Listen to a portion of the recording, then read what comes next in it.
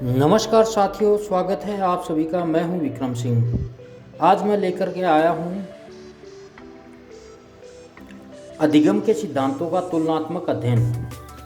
इसमें से हर बार 2 या 3 क्वेश्चन जरूर आते हैं और इसको शॉर्ट में मैंने एक टेबल तैयार किया है जिसके अंदर आप 10 से 15 मिनट के अंदर अगर उस टेबल को 2-3 बार पढ़ करके अगर याद कर लेते हैं तो आपके 2 या 3 मतलब 2 क्वेश्चन आए तो 4 नंबर, और अगर 3 क्वेश्चन आते हैं तो 6 नंबर आपके पक्के हो जाते हैं। इसमें 100% हर बार 1, 2 या 3 क्वेश्चन ज़रूर आते हैं, इसलिए इस सारणी को आप ध्यान से पढ़ना। एक बार में समझ में नहीं आता है, 2-3 बार पढ़ना। चलिए मैं इस सारणी को एक बार समझा देता हूँ। तुलनात्मक अध्ययन हम कर रहे हैं। इनका बेसिक कॉन्सेप्ट्स क्या है? हमारे जो रीट का सिलेबस दिया हुआ है इसके अंदर व्यवहारवाद, गेस्टाल्टवाद, संज्ञानवाद और निर्मितवाद के दृष्टिकोण दिए हुए हैं। विचारधाराएं जो हैं मनोविज्ञान की, इनके बारे में सबसे पहले अगर मैं व्यवहारवाद की बात करूं तो ये बाहरी व्यवहार को ही मानव का अनुभव का सबसे महत्वपूर्ण रूप मानता है। और दूसरा गेस्टाल्टवाद की बात करूं तो ये मानसिक अनुभवों को उनके संपूर्ण रूप में समझने पर जोर देता है। और तीसरा जो संज्ञानवाद है, इसके बाद जो आया, देखिए ये क्रम, आप इनको क्रम से पढ़ोगे तो याद रहेंगे, नहीं तो आप इनका क्रम भंग करने से फिर आपको कन्फ्यूजन हो जाएगा क्या हुआ। देखिए सबसे पहले व्यवहारवाद आया। उत्तर व्यवहारवाद को आप एक बार भूल जाओ, पहले व्यवहारवाद आया। व्यवहारवाद बाहरी व्यवहार का अध्ययन करता था, मनुष्य कैसे सीखता है उसके लिए उसके बाहर के वातावरण का अध्ययन करता था। फिर उसके बाद में गेस्टाल्टवाद आया, उसने बोला कि नहीं, बाहर के अध्ययन से क्या लेना देना है, आदमी कैसे सीखता है, उसका मानसिक अनुभव जो है उसको समझने पर इन्होंने जोर दिया। फिर उसके बाद में आया संज्ञानवाद। ये बोलता है कि यार मानसिक प्रक्रियाओं का जो प्रक्रियाएं हैं उनको समझो, आप अंदर बाहर से कोई लेना देना नहीं है। जो मनुष्य की मानसिक प्रक्रिया हैं उनको इन्होंने केंद्र में रखा, जैसे सोच, समझ और स्मृति, ऐसी चीज़ों को संज्ञानवाद वालों ने महत्वपूर्ण बनाया। फिर उसके बाद में निर्मितवाद आया, बोला नहीं तुम लोग सब बकवास कर रहे हो और मनुष्य ऐसे नहीं सीखता। मनुष्य सीखता है ज्ञान के निर्माण में व्यक्ति की सक्रिय भूमिका को प्राथमिकता दे करके सीखता है। सक्रिय भूमिका मतलब आदमी आंतरिक अनुभवों को तो लेता ही लेता है, बाहरी अनुभवों को भी लेता है साथ में, तब वो सीखता है। अपनी स्मृति के साथ साथ बाहरी जो आपके समाज में, वातावरण में जो क्रियाकलाप हो रहे हैं उन सबको मिला करके सीखता है। तो ये निर्मितवाद वालों ने कहा, और मैंने इसकी एक सारणी बनाई है। इसके अकॉर्डिंग देखते हैं। मैंने इसमें सबसे पहले टॉपिक डाला है विशेषता, कि भाई फिर उसके बाद में जो व्यवहारवाद, गेस्टाल्टवाद, संज्ञानवाद और निर्मितवाद। अब विशेषता में पहला मुख्य विचार मैंने लिया, तो मुख्य विचार में व्यवहारवाद क्या कहता है, मानसिक प्रक्रियाओं की बजाय बाहरी व्यवहार पर इन्होंने ध्यान केंद्रित किया। फिर गेस्टाल्टवाद, मानसिक घटनाओं को संपूर्ण रूप से समझना, न कि उनके हिस्सों में। क्या बोल रहा है कि ये गेस्टाल्टवाद वाले क्या बोल रहे हैं कि टुकड़े टुकड़े करके नहीं सीखता आदमी, पूरा एक बार ही सीखता है। और व्यवहारवाद क्या कह रहा है कि मानसिक प्रक्रियाओं की बजाय बाहर का वातावरण उसको, मतलब जैसे ये बोल रहे थे कि बच्चा वातावरण से सीख रहा है कि कुछ बचपन में वो क्या करता था, बच्चा चूस करके, खा पी करके, ऐसा कुछ करके वो अनुभव प्राप्त करता है। लेकिन गेस्टाल्टवाद वाला को क्या बोल रहा है, नहीं ऐसा कुछ नहीं, वो पूरी मानसिक प्रक्रियाओं, घटनाओं को पूरा एक साथ समझता है। फिर संज्ञानवाद वाले आए, ये बोले मानसिक प्रक्रियाओं जैसे सोचना, समझना, यादाश्त का, इनका अध्ययन करना चाहिए, मनुष्य इनसे ही काम करता है। फिर इसके बाद आए निर्मितवाद वाले, तो निर्मितवाद वालों ने बोला ज्ञान का निर्माण व्यक्ति के अनुभव और सामाजिक संदर्भ से होता है। क्या बोल रहा है, ज्ञान का निर्माण व्यक्ति के अनुभव और सामाजिक संदर्भ से होता है। फिर उसके बाद में इनका दूसरा विशेषता है ध्यान केंद्रित किस आधार पे करते हैं, तो व्यवहारवाद वाला भारी और प्रकट व्यवहार पे ध्यान देता है, और गेस्टाल्ट वाला संपूर्ण अनुभव और स्थिति के ऊपर ध्यान देता है। और संज्ञानवाद वाला बोल रहा है कि मानसिक प्रक्रियाओं का अध्ययन, सोच समझ और निर्णय लेना है। इनका किस पे ध्यान केंद्रित किया इन्होंने?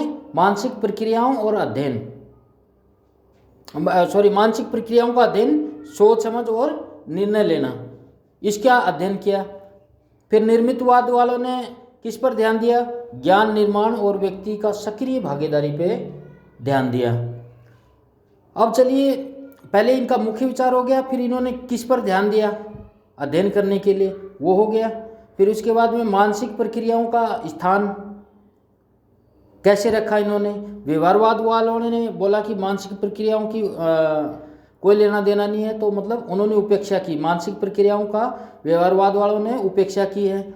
फिर उसके बाद में गेस्टाल्टवाद वालों ने मानसिक प्रक्रियाओं को संपूर्ण रूप से देखा जाता है, उन्होंने मानसिक प्रक्रियाओं पर ही अध्ययन किया। फिर संज्ञानवाद आया, तो संज्ञानवाद वाले बोले मानसिक प्रक्रियाओं का महत्व है और उनका अध्ययन भी किया जाता है। फिर उसके बाद में निर्मितवाद आया,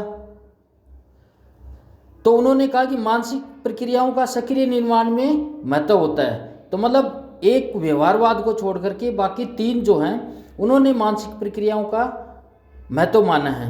फिर उसके बाद में मुख्य व्यक्ति कौन कौन थे इनमें? जैसे व्यवहारवाद की बात करें तो जॉन बी वाटसन और बी.एफ. स्किनर, ये दो आदमी थे, इन्होंने व्यवहारवाद को मतलब बढ़ चढ़ के आगे इस विचारधारा को पनपने में इनका सहयोग था। और फिर उसके बाद में गेस्टाल्टवाद में आप वाल्टर को ले सकते हैं, वेक्स मर्दिमर और कुट लेविन और फिट्ज हेलर को ले सकते हैं। फिर उसके बाद में संज्ञानवाद, देखिए इस संज्ञानवाद के अंदर आपका एक तो प्रमुख होगा जीन प्याजे, और फिर भाषा मनोवैज्ञानिक नोआम चोम्स्की और एनल न्यूल हर्बर्ट साइमन, ये संज्ञानवाद के थे। फिर जीन प्याजे जो है वो बोला संज्ञानवाद से संतुष्ट नहीं हुआ, तो फिर उन्होंने अपनी पार्टी बदल लिया। जैसे नेता बदलते हैं ना, वैसे उन्होंने अपनी पार्टी बदली और वो निर्मितवाद में भी चले गए। बोला जीन प्याजे निर्मितवाद को भी आगे बढ़ाया, और उन्होंने किसको सहयोग किया? लेव वाइगोत्स्की और जेरोम ब्रूनर को उन्होंने सहयोग किया। इसके बाद में अगला है, इन्होंने ज्ञान निर्माण का तरीका है वो कैसे कैसे किया इन्होंने। व्यवहारवाद वाले बोलते हैं ज्ञान का निर्माण मनुष्य कैसे करता है? बाहरी व्यवहार के आधार पर ज्ञान प्राप्त करता है, ठीक है। वही मनुष्य व्यवहार कैसे मनुष्य का व्यवहार का अध्ययन, या फिर मतलब ये मान लीजिए आप मनुष्य ज्ञान प्राप्त कैसे करता है। तो व्यवहारवाद वालों ने बोला कि बाहरी व्यवहार के आधार पे ज्ञान प्राप्त करता है। फिर गेस्टाल्टवाद वालों ने बोला नहीं ऐसा नहीं है, हम किसी वस्तु या स्थिति को संपूर्ण रूप से अनुभव में करते हैं, ऐसा नहीं है कि बाहर के वातावरण से प्राप्त होता है, आंतरिक और बाह्य दोनों काम करते हैं। फिर संज्ञान वालों ने बोला नहीं, मानसिक प्रक्रियाओं के माध्यम से ही ज्ञान का निर्माण होता है, बाहर का कोई लेना देना नहीं है। संज्ञानवाद वालों ने बाहर को नकार दिया, बाह्य वातावरण को नकार दिया, उन्होंने सिर्फ बोला कि मानसिक प्रक्रियाओं से ही मनुष्य को ज्ञान प्राप्त होता है। फिर निर्मितवाद वालों ने बोला कि व्यक्ति अपने अनुभवों से ज्ञान का निर्माण करता है। इसका मतलब ये हुआ कि बाहर के वातावरण में उसने जो क्रियाकलाप किए उससे जो अनुभव प्राप्त हुआ उससे उसका ज्ञान का निर्माण हुआ। तो इसने दोनों को मिक्स कर दिया। निर्मितवाद ने क्या कर दिया, दोनों को बोला मिला करके चलते हैं एक साथ। इन्होंने किसी को नाराज नहीं किया, ना तो व्यवहारवाद को नाराज किया, ना गेस्टाल्टवाद को नाराज किया, ना संज्ञानवाद को नाराज किया।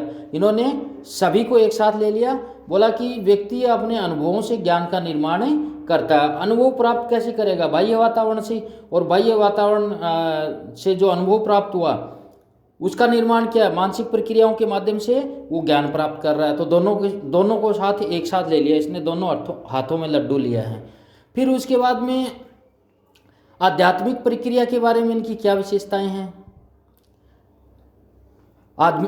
तो व्यवहारवाद ने इसके बारे में बोला कि बाहरी घटनाओं और परिवर्तनों से प्रतिक्रिया होती है।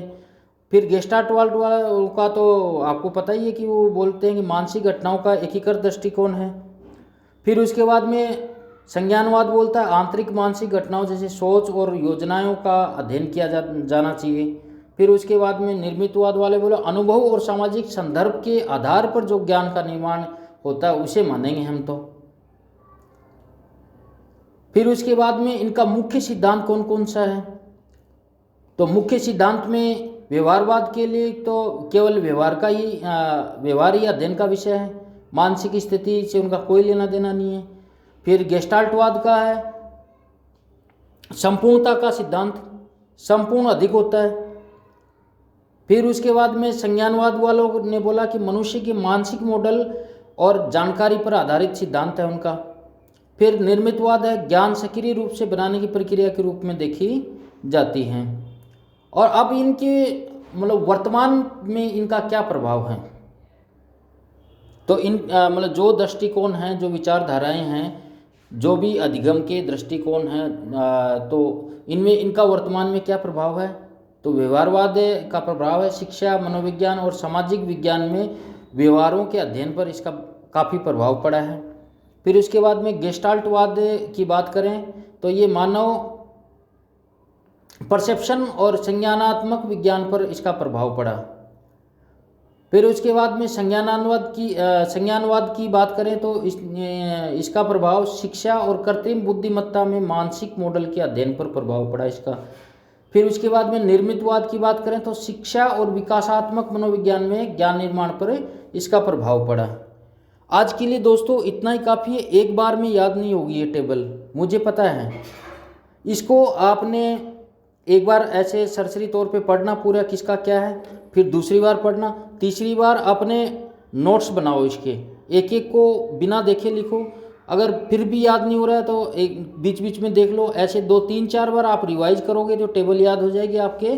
2 या 4 नंबर 100% है, और बाई लक 3 क्वेश्चन आ गए तो आपके 6 नंबर पक गए। वीडियो अगर अच्छा लगा हो तो अपने दोस्तों के साथ शेयर करना, लाइक करना और सब्सक्राइब कर लेना।